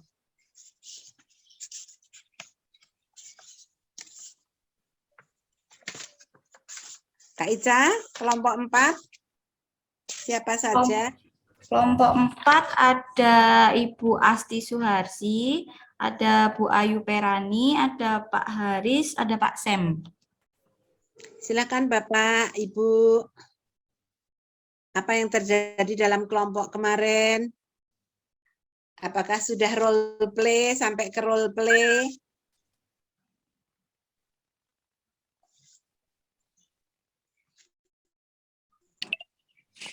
Baik, saya coba sedikit, Bu. Ya, silahkan. Banyak juga boleh, Ibu. Kemarin yang jadi konselor Pak Sem, kemudian konselornya Pak Haris, pada awalnya tuh saking lancarnya percakapan, sampai saya dan Bu Ayu itu tidak menangkap bahwa Pak Sem itu punya problem untuk menolak gitu. Karena Pak Sem itu sudah tidak melakukan hal itu, cuman tidak bisa bilang tidak gitu. Nah, kemudian kita butuh diskusi sampai percakapan yang agak panjang, baru kita, oke, berarti Pak Sem ini tidak bisa mengatakan tidak, tapi sebenarnya beliau sudah tidak melakukan itu gitu, tidak dilakukan, tapi untuk bilang no gitu, langsung ngomong langsung itu kurang tidak bisa gitu, karena kebetulan permasalahannya waktu itu dengan orang yang sangat berjasa dalam kehidupan Pak Sem. Kemudian waktu itu dilatih untuk menolak dengan tegas dan kemudian sudah sampai ke permodelan, Bu. Jadi ditukar Pak Haris menjadi kokonya itu, kemudian role play ya, pakai role ya, play role maksudnya. play. Ya, betul. Maaf pakai role play. Ya. Kemudian Pak Sam menjadi kokonya, kemudian Pak Haris menjadi konseli dan kemudian dibalik. Ya. Silakan Pak Sam dan Bu Ayu, saya lihat ada kalau mau ditambahkan. Baik Ibu, terima kasih. Saya mohon maaf ini saya tutup cam saya, tapi saya memperhatikan dari tadi. Iya Ibu, seperti itu apa yang dijelaskan Ibu tadi. Nah, sebetulnya saya pernah lakukan sekali itu Bu, waktu disuruh ke satu daerah, ke satu tempat yang cukup jauh dan terpencil di daerah Papua. Intinya saya ke Papua pada saat itu. Nah, saya nggak berani nolak itu hari kalau saya harus ke Papua. Saya harus pergi ke Papua dalam kondisi istri saya yang sedang hamil. Tuh. Ini kok ada suara-suara ya? Punya siapa ya? Hanya Romo Yohanes deh. Kan saya ketahui dia praktiknya apa. Karena orang ini sangat berjasa sekali sama saya. Jadi dia tugaskan atau suruhkan, sebetulnya itu demi kebaikan saya juga. Tapi dalam kondisi pada saat itu saya harus ke Papua, sebetulnya saya pengen menolak. Tapi karena sudah saya disekolahkan untuk mengerjakan sesuatu, akhirnya saya tetap pergi. Sementara memang kondisi kami pada saat itu istri saya hamil ketiga, karena anak pertama itu anak saya masih umur 9 bulan juga, jadi agak waduh. Anak masih kecil, istri sudah hamil lagi, baru saya harus berangkat ke Papua. Mau tidak mau saya harus tolak, tetapi saya harus berangkat kan. Akhirnya saya terus berangkat di sana selama sekian bulan dan saya pulang. Pulang karena kayak ya sedikit pemberontakan lah Bu. Nah, akhirnya cerita lagi, Koko itu datang lagi, telepon saya lagi, ayo kamu pergi lagi ke Papua, tapi kerjanya di sini begini. Pokoknya gajinya segini, buat kamu ini bagus untuk anak-anakmu. Kalau kamu hidup begitu susah terus gimana? Jadi intinya gitulah Bu. Nah saya nggak bisa nolak kalau asal dia yang nelpon Bu. Saya nggak berani kalau saya bilang silent atau apa, dalam keadaan apapun saya harus angkat telepon itu. Iya harus terima gitu loh Bu. Nah, jadi akhirnya pakai role model, Pak Haris pakai saya jadi kokonya, saya jadi saya gitu. Nah, sempat sih gemetar saya pada saat itu dicerita lagi role model itu, saya sangat gemetar mau menjawab, padahal Pak Haris ini kita lagi apa nih ya, lagi praktekin ini. Nah, gitu Bu. Cuma waktu belum habis, saya belum dapat treatment untuk hal itu. Kalau misalnya beliau beliau telepon lagi saya seperti apa, seperti gitu. Akhirnya balik lagi Bu, saya yang jadi Koko, Pak Haris yang jadi saya gitu. Nah kalau Pak Haris langsung jawabnya, ya kok sorry kok, saya nggak bisa kok, saya ada lakukan ini kok, begini. Tetapi kalau bagi saya untuk mengatakan itu agak sulit saya Bu. Nah gitu Bu. Iya. Itu aja saya Bu. Tapi belum dapat artinya yang membuat treatmentnya seperti apa ya, supaya kalau misalnya beliau telepon saya slow aja, nggak perlu takut, terima dengan manis atau gimana gitu loh Bu. Ya. Masih ada dari kelompok yang mau menambah? Ya, saya sedikit Bu. Saya melihat proses konseling kemarin itu awalnya memang seperti wawancara ya. Pak Haris sebagai konselor itu memberikan banyak pertanyaan yang seperti interogasi ya. Beliau minggu lalu juga udah tanya itu ya. Dari mana, kemudian seperti apa, pokoknya dikejar terus, sehingga kalau saya melihat seolah-olah konseli jadinya berpikir untuk menjawab pertanyaan konselor. Dari proses itu saya lebih melihat itu sebagai seperti interogasi lah, seperti wawancara. Sampai pada akhirnya itu lupa kalau harus ada role play gitu. Akhirnya kami pengamat kemudian mengingatkan harus ada role play. Oh ya, oke, lanjutkan lagi gitu. Jadi sempat terjeda konselingnya, lalu dimulai lagi dengan role play. Nah, ketika role play mereka bertukar peran, Pak Sam tadi yang konseli itu jadi bos, kemudian Pak Haris yang jadi Pak Sam gitu, jadi konselor. Harusnya memberi gambaran yang baru bagaimana dia merespon ketika ditelepon. Tapi waktu role model atau role play yang pertama itu jawabnya masih sama gitu. Jadi seperti Pak Sam memang, sehingga kan tidak ada perubahan yang dilihat. Jadi jawabnya oh iya iya Pak, yang seperti itu, yang nurut-nurut gitu. Sehingga nggak ada perubahan. Lalu kita koreksi lagi. Seharusnya role model role play itu menolong konseli supaya dia tahu apa yang harus dia perbuat gitu. Sehingga ketika nanti dia praktek dia tahu apa yang harus dia lakukan. Akhirnya ngulang lagi lah gitu, ngulang lagi. Dan yang terakhir itu nggak terlalu maksimal saya lihat karena terlalu strict gitu. Jadi Pak konselor yang memerankan sebagai Pak Sam menjadi Pak Sam yang sangat berubah gitu, yang enggak jadi sangat tegas gitu. Makanya Pak Sam tadi katakan saya kayaknya nggak bisa bakalan jawab seperti itu karena terlalu jauh saya lihat karakter dari Pak Sam yang diperankan oleh Pak Haris gitu. Sehingga susah kayaknya dia mau meniru di dalam kehidupan nyata. Makanya tadi Pak Sam bilang sampai akhir dia susah untuk menemukan. Nah, dari persoalan sendiri tadi Bu Asti juga sudah sampaikan ya, di awal-awal tuh bingung juga saya karena konselor ini tanya-tanya terus ya masalahnya apa. Terus konseli terus katakan bahwa dia tidak bisa menolak gitu. Tapi pada akhirnya dia bisa kok menolak, dia nggak pergi ketika ditelepon suruh pergi ke suatu tempat. Konseli bisa kok dia menolak, bisa dia tidak melakukan gitu. Artinya kan dia hanya di perkataan, di perasaannya saja yang nggak bisa menolak, tapi nyatanya dia menolak gitu, tindakannya dia menolak.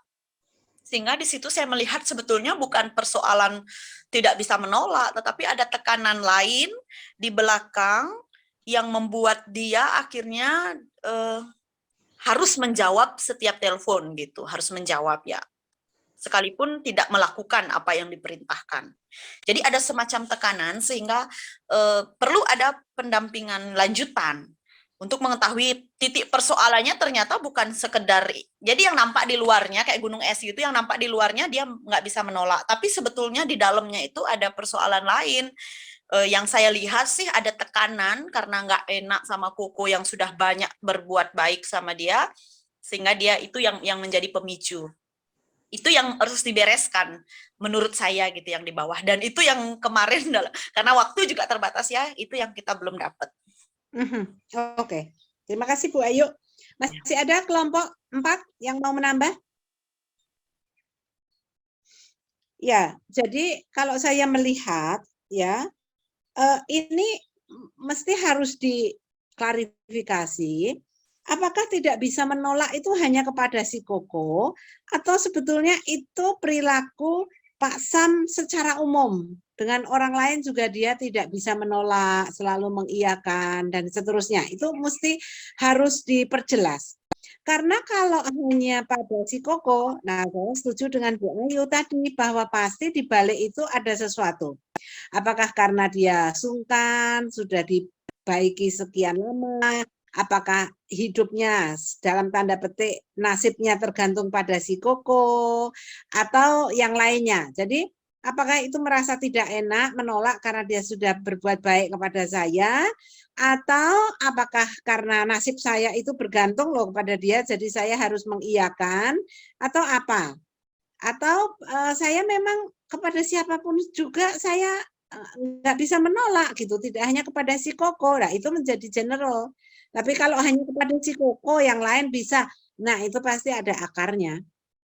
Itu yang mesti digali juga. Karena kalau selalu kemudian tiba-tiba konselinya, oh begini aja lah, konselinya kan tidak memahami bahwa sebetulnya akar masalahnya bukan tidak bisa menolak, tapi ketakutannya, kalau misalnya rasa segannya, ketakutannya, dan seterusnya.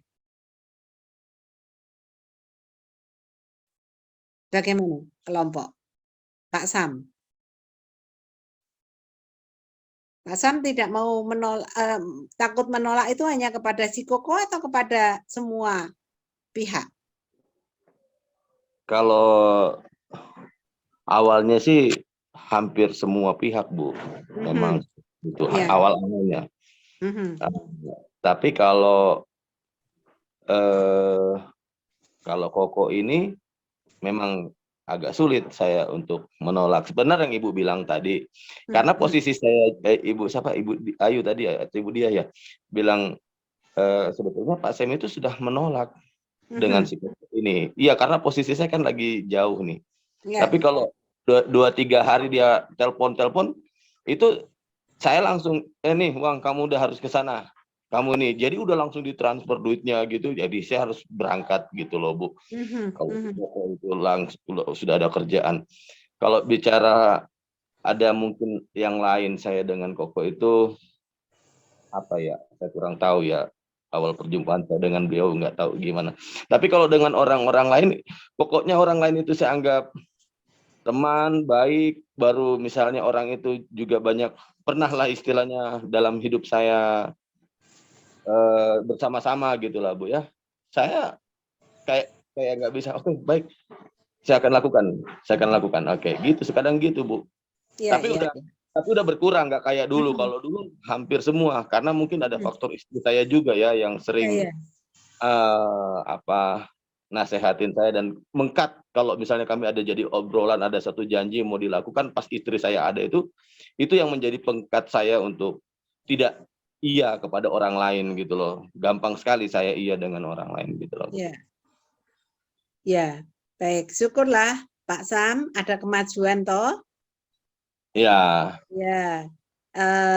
Dan semoga kedepannya yang dengan si Koko itu bisa juga diatasi. Mungkin suatu saat kalau ada pertemuan dijelaskan kesulitan Pak Sam gitu loh, bahwa Sama ya, ke Kokonya Bu, ke Kokonya.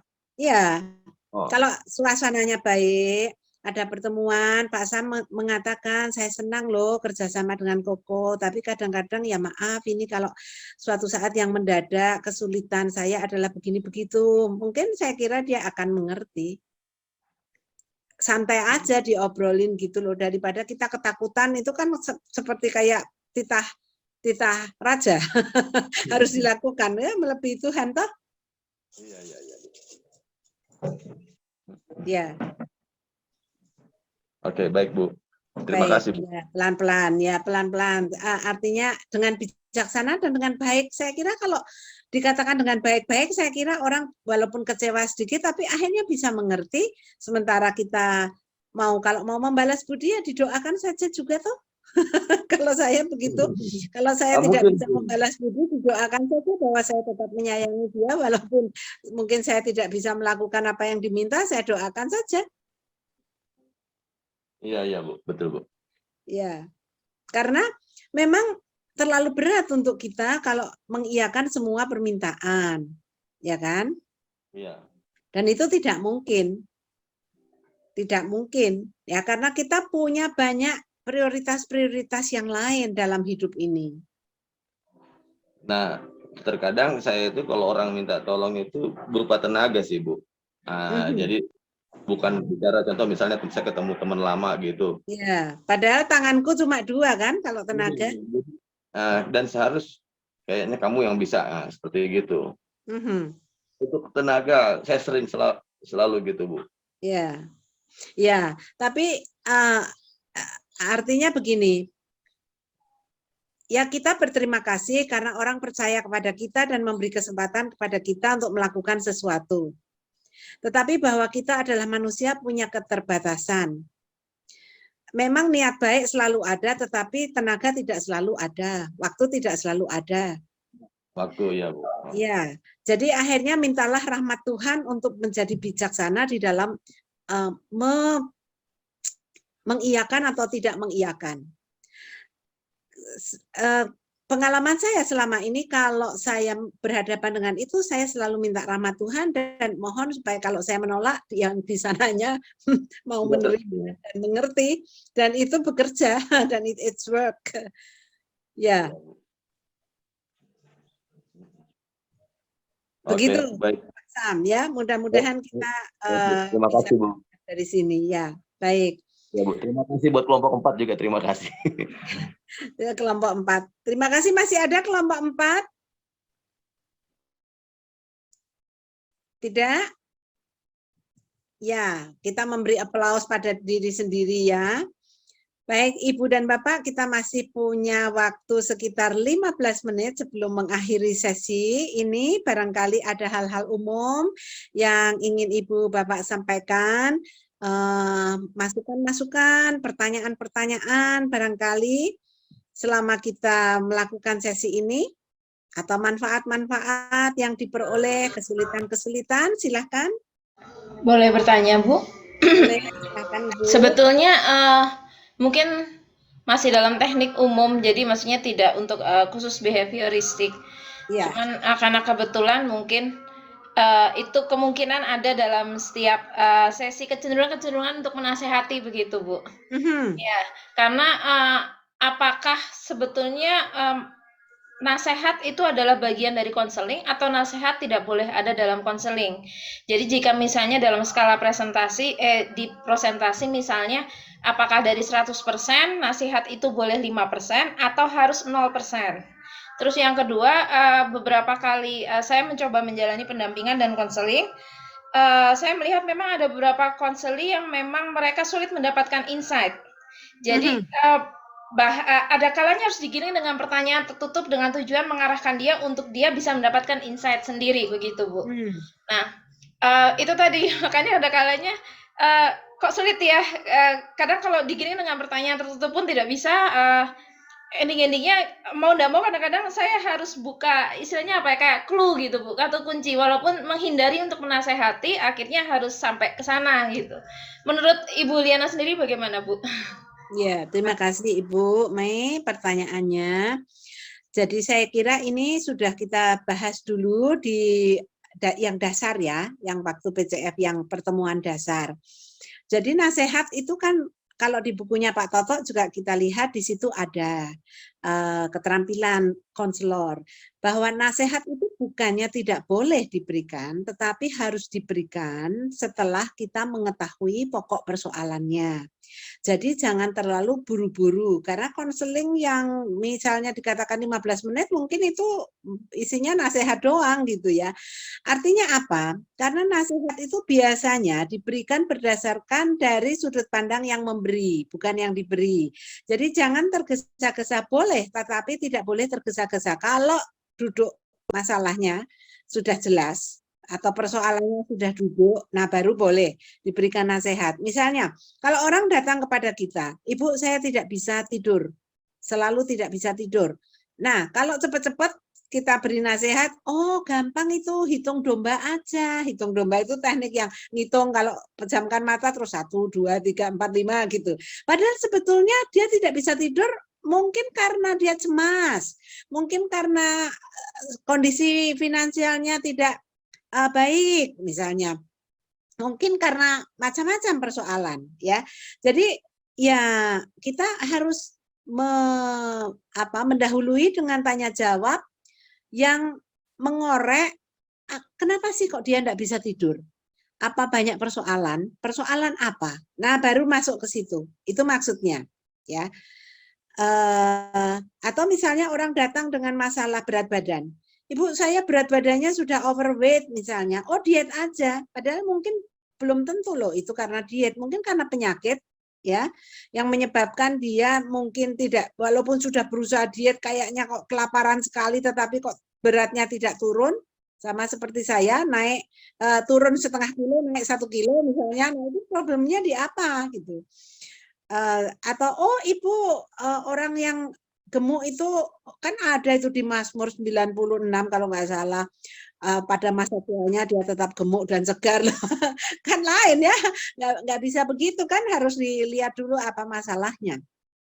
Itu yang pertama ya. Jadi boleh tetapi digunakan secara hati-hati setelah persoalannya duduk, setelah ada diagnosa permasalahan.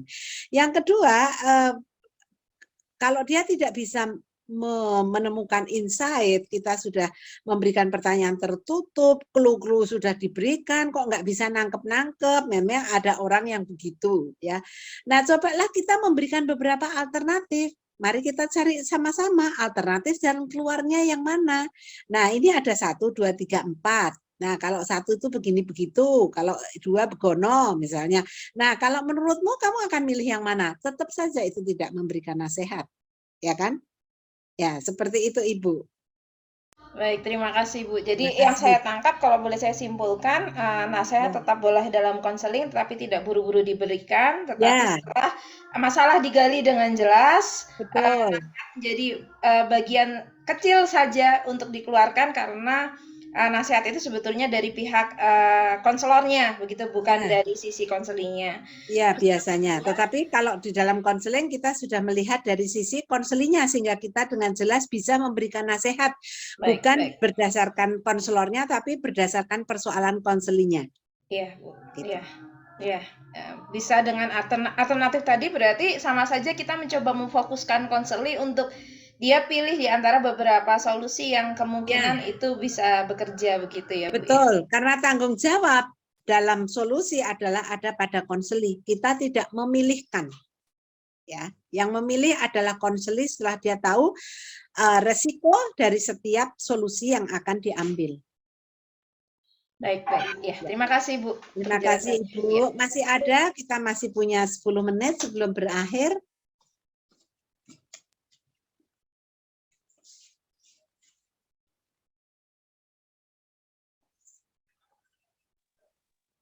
Oloria, Bu. Ya, silakan Ibu. Mungkin ini yang terakhir dari sesi kita ya. Silakan Ibu Oloria. Mungkin ingin memperkaya persepsi tentang orang-orang yang punya kepribadian atau kita tadi sebut yang terakhir tadi suka menolak. Mungkin kami saya secara pribadi juga suka menolak atau tidak bisa menolak? Oh, tidak bisa menolak ya, tidak bisa menolak ya, tidak bisa menolak.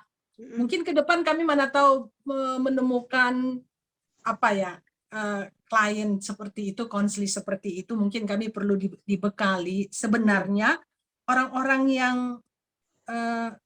tidak bisa menolak ini, pertama saya ingin tanyakan, apakah memang karena dominan ya sifat baik hati yang ada dalam dirinya, atau memang karena sifat caper gitu. Ya, caper itu apa ya namanya ya? Dan memang karena sifat ya caper apa Bu? Caper. Kalau Ibu caper apa? Ya apa caper ya? Cari perhatian. Kalau caper kalau orang iya cari perhatian, dan yang ketiga juga dia sendiri mau merepotkan dirinya sendiri. Jadi kurang perhitungan dalam apa yang menjadi tindakannya, kenapa dia rasanya sulit menolak. Mungkin bagi Bapak Ibu tadi yang memilih perilaku ini, adakah masukan bagi kami sebenarnya karakter seperti apakah sebenarnya pribadi-pribadi saudara dalam kelompok ini? Mungkin itu Ibu. Ya, terima kasih. Ada yang mau menjawab dari kelompok 4?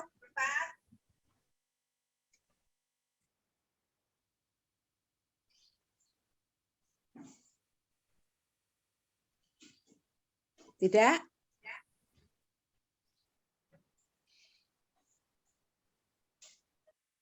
Ya Ibu. Jadi ada banyak sebab ya, mengapa seorang sulit menolak. Seperti yang Ibu tadi katakan, barangkali dia sifatnya baik hati, barangkali dia cari perhatian, tapi ada satu hal yang mungkin ini yang cukup serius adalah dia takut untuk ditolak. Jadi dia mau diterima, karena itu dia mengiyakan semua orang. Karena kalau dia menolak, dia takut dia tidak diterima. Nah, itu yang problem. Kalau itu masalahnya, itu akan problem, ya. Jadi mengerti ya maksud saya. Kadang-kadang orang supaya bisa diterima orang lain, dia mengiyakan apa kata orang. Itu yang agak berbahaya. Masalah yang cukup serius kalau menurut saya. Karena itu tergantung dari bahwa dirinya tidak menerima diri sendiri dan takut untuk ditolak orang lain. Itu. Dan itu bisa berakar dari masa kecilnya sebetulnya. Itu yang pertama. Yang kedua adalah rasa bersalah kadang-kadang. Misalnya para rohaniwan, hamba Tuhan, itu merasa tidak enak. Mungkin karena latar belakangnya Nggak enak kalau menolak, loh pendeta kok menolak, misalnya, itu juga bisa. Ya, padahal ya pendeta kan juga manusia. Ya kan? Tidak harus mengiyakan semua permintaan, dia punya keterbatasan, dia punya kehidupan pribadi. Ya, dia harus mengatur waktunya dengan sebaik-baiknya. Ya, asal tidak menolak, pokoknya menolak itu juga tidak. Ya, jadi itu dua masalah yang serius yang mungkin mendasari atau melatar belakangi persoalan takut tidak bisa mengatakan no, ya, tidak bisa mengatakan tidak. Begitu. Mungkin ada yang mau menambahkan, silakan Ibu dan Bapak.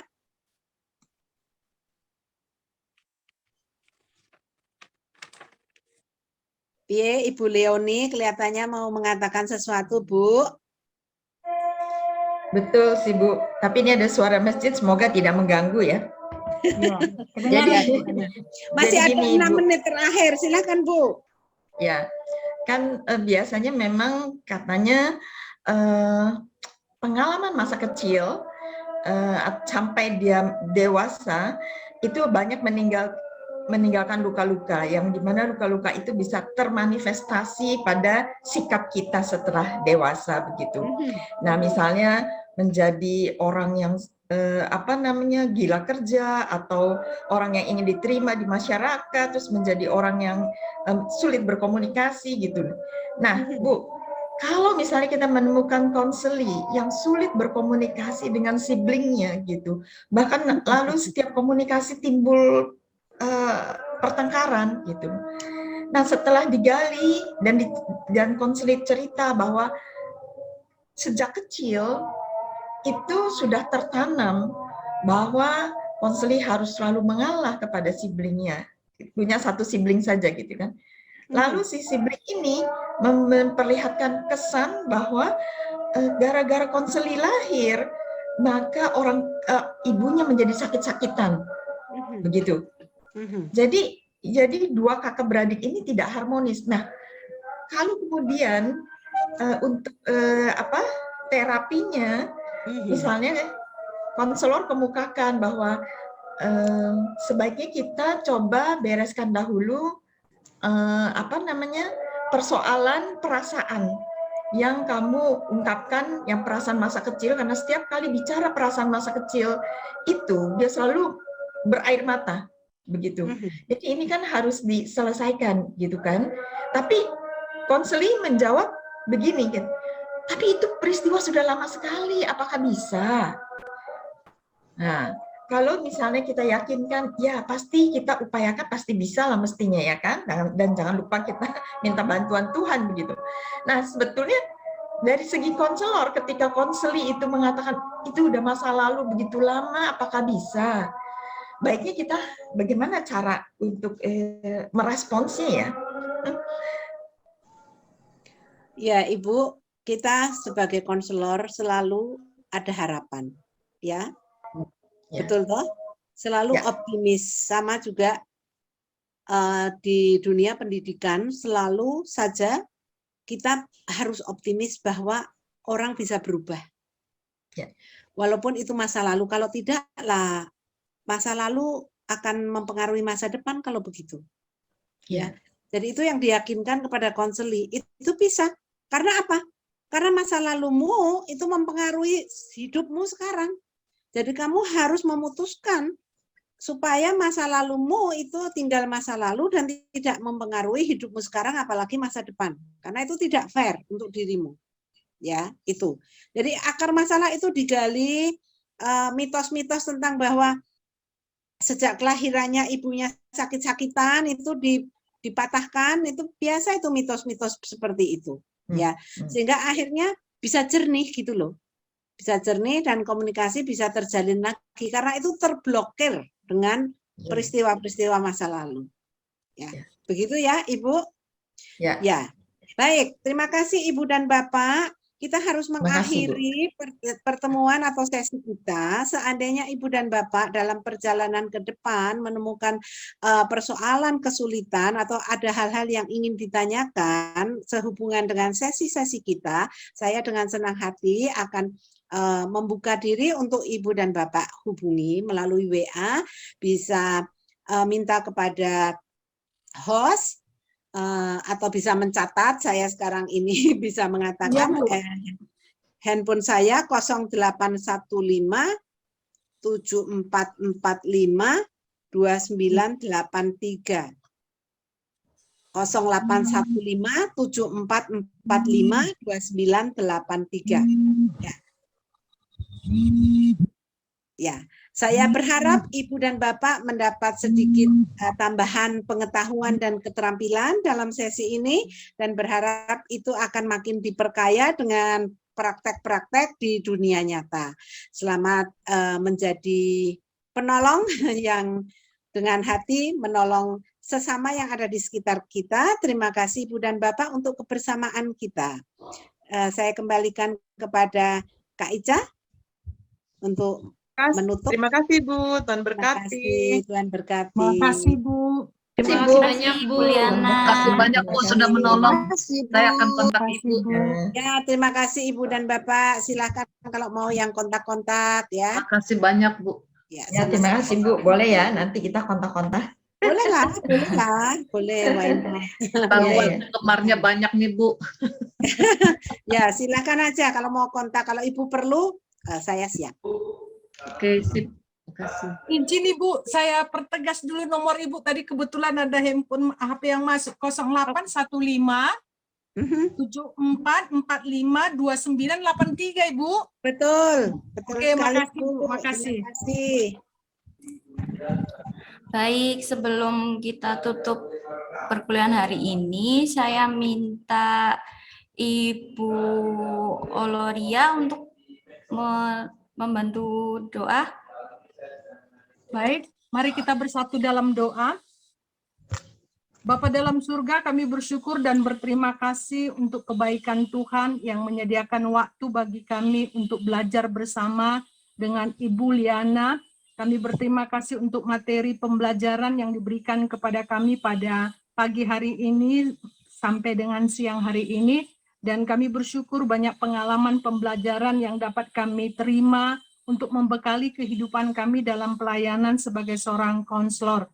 Berkatilah Bapak apa yang telah dapat kami terima dan berkatilah pengetahuan yang dapat kami miliki hari ini, agar kedepannya dapat kami gunakan untuk hormat dan kemuliaan bagi nama Tuhan.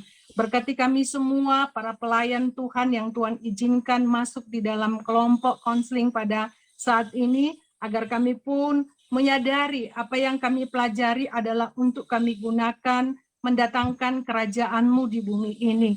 Dan kami bersyukur Engkau juga Tuhan memberkati Ibu Liana ke depan dalam pelayanannya, dan Tuhan tetap meneguhkan panggilannya. Terima kasih Bapak, kami mau berpisah, berkati kegiatan kami untuk selanjutnya. Dalam nama Yesus kami sudah berdoa dan mengucap syukur. Amin. Amin. Terima kasih Bu. Terima kasih Bu, Tuhan berkati. Terima kasih teman-teman. Terima kasih teman-teman. Terima kasih. Perlu di foto enggak atau enggak? Terima kasih. Terima kasih semua. Terima kasih. Salam buat Siapa Pak yang foto Toto kita? yang nggak hadir hari ini. Pak Toto baru digemit. Oh, digemit. Oh, Iya. Oke. iya. Mbak Alicia, apakah ada foto-foto? Foto-foto biasanya di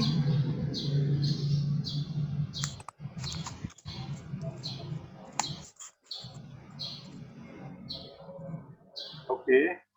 Akan fotokah kita? Nggak ada yang mau keluar sebelum difoto Masih ya? di mute Mbak itu. Maaf. Iya, ini mau difoto dulu, Bu.